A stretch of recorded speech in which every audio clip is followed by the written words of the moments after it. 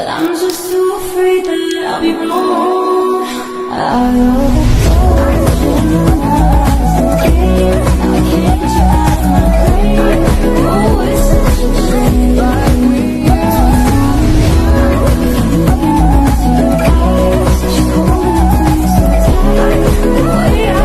Pada pertemuan kali ini, topik yang dibahas dalam mata kuliah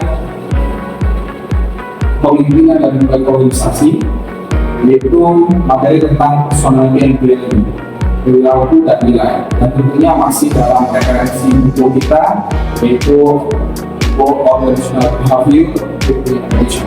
Silakan untuk semua membuka buku PDF-nya yang sudah dibagikan di smartphone-nya masing-masing.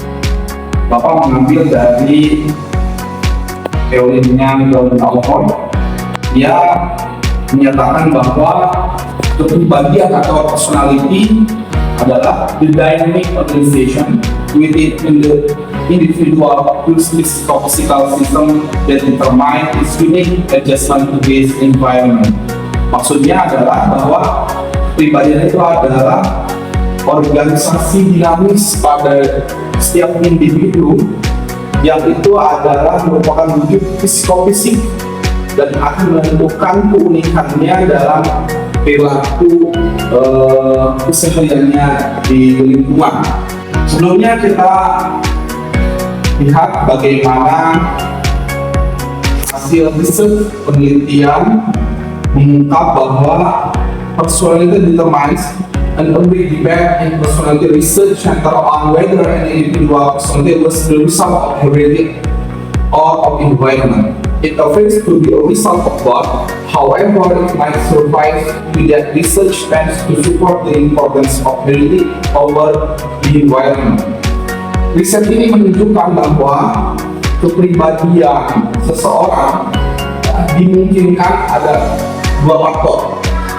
Yang pertama adalah hereditas, keturunan, ataupun juga lingkungan. Dan ternyata riset ini menunjukkan bahwa the research tends to support the importance of heredity over the environment. Ternyata yang membentuk kepribadian seseorang yang paling dominan adalah faktor keturunan, dan selanjutnya adalah faktor lingkungan.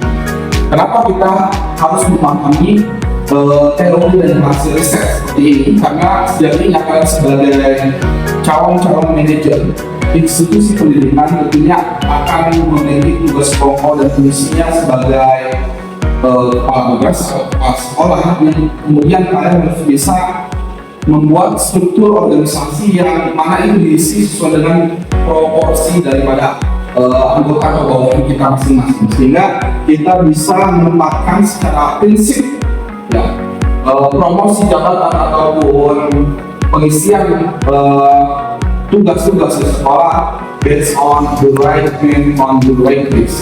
Artinya manfaat dari apa yang akan kita bagi adalah bagaimana kita bisa menempatkan orang yang tepat pada posisi yang sesuai dengan proporsinya, the right man on the right place. Sebagaimana buku referensi kita pada Organizational Behavior Edition, kita direkomendasikan untuk bagaimana bisa mengetahui kepribadian seseorang tentu dengan hasil dari pengamatan kita, hubungan kita, dan kemudian itu semua dirangkum dalam bentuk assessment. Yang assessment itu tentunya harus ilmiah dan dilakukan secara empirik. Di sini ada MBTI, the Myers-Briggs Indicator. Perlu kita ketahui bahwa instrumen penelitian atau instrumen untuk bagaimana menilai kepribadian seseorang yang paling banyak digunakan adalah MBTI. Di sini dikatakan is the most widely used personality assessment instrument in the world. Ya, sekelas Apple, sekelas Salesforce, ya, dia sering menggunakan MBTI ini.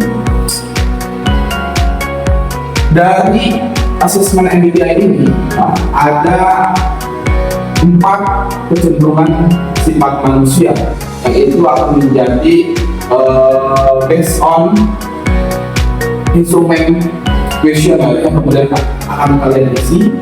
Dari 4 dimensi kecenderungan sifat manusia itu adalah extrovert versus introvert, sensing versus intuitive, thinking versus feeling, judging versus perceiving.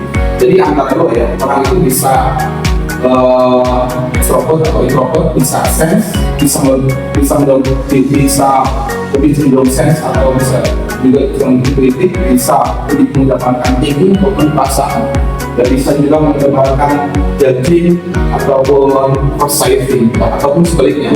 Nah, ini adalah 4 dimensi dasar sifat manusia yang ini menjadi based on MBTI sebagai instrumen untuk memberikan telaah pada siapa saja yang akan kita nilai kepribadian. Dari 4 dimensi kecenderungan sifat dasar manusia yang tadi Bapak sebutkan akan memungkinkan ya menghasilkan 1 dari 16 tipe kepribadian manusia. Ya, ini akan dihasilkan dari mana? Dari instrumen tes, ya, yaitu akan kalian isi dari mana? Dari yang sudah Bapak siapkan. Itu adalah instrumen MBTI yang sudah dikembangkan oleh peneliti dari Indonesia, namanya Pak Anton Kusuma, dan boleh kalian isi lewat smartphone-nya masing-masing. Maksud ISTJ, ISFJ, INFJ itu tadi ya. ISTJ artinya intuitive, sensing, thinking, and judging.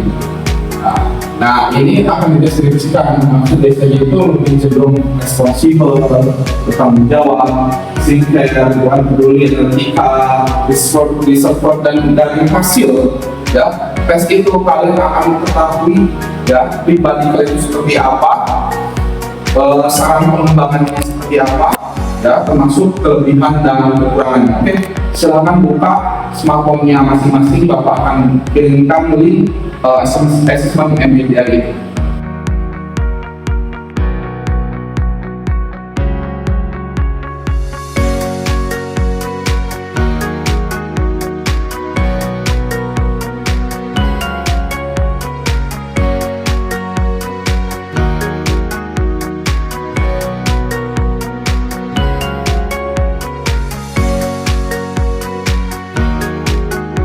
Silahkan Pak Aksani untuk bisa menyampaikan hasil asesmen kuesioner dari MBTI-nya apa? ISTP, introvert, sensing, thinking, perceiving. Berdasarkan hasil ini, yaitu ISTP yang dimana dikenal sebagai suprajin, Pak. Maksudnya? Dimana mereka itu cakap dalam aktivitas yang memerlukan alat, umumnya kurang mampu berekspresi dengan baik, sehingga terkadang dikucilkan dalam lingkaran pergaulan, di mana para ISTP ini tidak menyukai peraturan, walaupun secara langsung menantang, mereka menyukai kebebasan dan tantangan.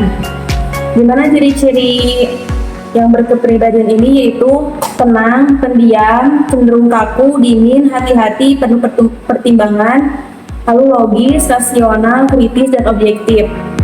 Lalu mampu menghadapi perubahan mendadak dengan cepat dan tenang, percaya diri, tegas, dan mampu menghadapi, mampu menganalisa dan mengorganisir dan mendelegasikan, lalu sebagai problem solver yang baik, terutama untuk masalah teknis dan keadaan yang mendadak.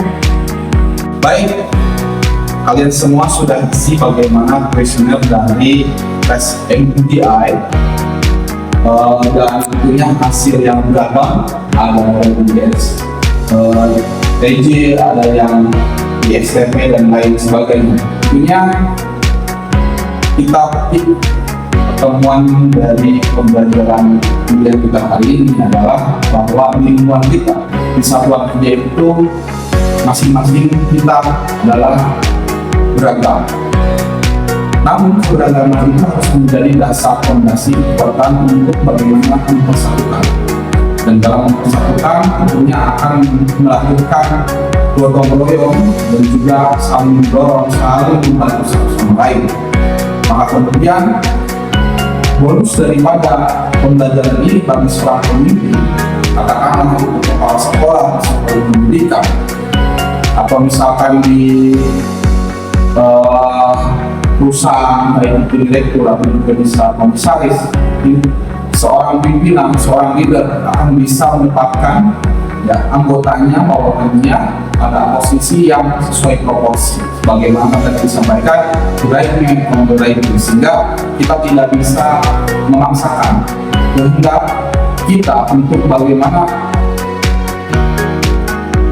menempatkan seseorang ya, tanpa yang menguasai kompetensi di dalam tugas maupun pekerjaannya. Baik, saya Muhammad Rahman dari saya menghadirin, kita cukupkan sekian pertemuan yang kita tutup dengan membacakan hamdalah bersama.